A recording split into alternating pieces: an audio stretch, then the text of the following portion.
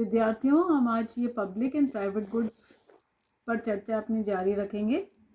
आज हम private goods या निजी वस्तुओं के बारे में चर्चा करेंगे। इससे पहले वाले वीडियो में आपने पब्लिक गुड्स पर थोड़ा सा विश्लेषण देखा था। अब प्राइवेट गुड्स की बात करते हैं। निजी वस्तुएं वे वस्तुएं एवं सेवाएं हैं जो व्यक्तिगत आवश्यकताओं को संतुष्ट करती है और प्रतिद्वंद्विता या एवं अनन्यता एक्सक्लूसिवनेस इसकी विशेषताएं होती हैं।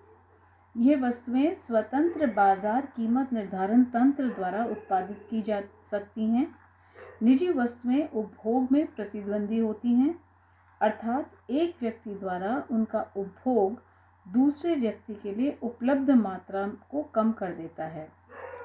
इसके अतिरिक्त वे सभी लोग जो उनके लिए बाजार कीमत का भुगतान करना चाहते हैं उनका उपभोग करेंगे, और जो भुगतान करना नहीं चाहते उन्हें उनके प्रयोग से वंचित किया जाएगा।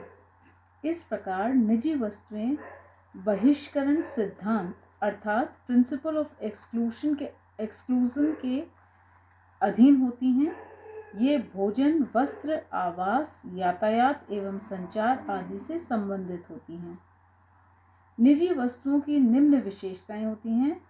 प्रथम, निजी वस्तुएं उपभोग में प्रतिद्वंदी होती हैं। दूसरी, निजी वस्तुएं बहिष्करण सिद्धांत के अधीन होती हैं। तीसरी, निजी वस्तुएं व्यक्तिगत आवश्यकताओं की संतुष्टि करती हैं। चौथा, निजी वस्तुएं स्वतंत्र बाजार कीमत निर्धारण तंत्र द्वारा उत्पादित की जा सकती हैं। पांचवी, निजी वस्तुएं प्रयोग के दृष्टिकोण से विभाज्य होती हैं। और छठी, एक अतिरिक्त उपभोक्ता के लिए किसी निजी वस्तु को प्रदान करने की सीमांत लागत सदैव धनात्मक होती है।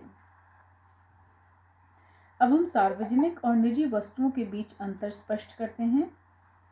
प्रथम, सार्वजनिक वस्तुएं सामाजिक आवश्यकताओं या लाभ आवश्यकताओं की संतुष्ट करती हैं, जबकि निजी वस्तुएं व्यक्तिगत आवश्यकताओं को संतुष्ट करती हैं।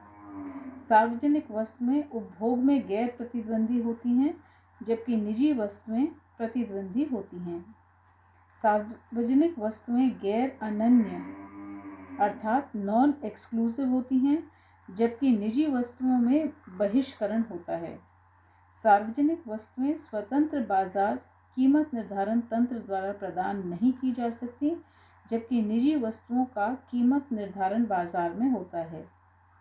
पांचवा, एक अतिरिक्त उपभोक्ता को किसी निजी वस्तु को प्रदान करने की सीमांत लागत धनात्मक होती है, जबकि सार्वजनिक वस्तुओं की स्थिति में यह शून्य होती है।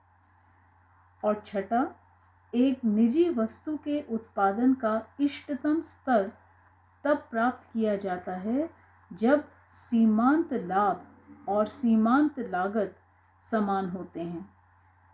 परंतु एक सार्वजनिक वस्तु की स्थिति में प्रश्न है कि प्रत्येक व्यक्ति उत्पादन की एक अतिरिक्त इकाई के लिए कितना मूल्य लगाता है और उनका योग कैसे किया जाए। तब हम उन्हें उत्पादन की सीमांत लागत के बराबर करते हैं।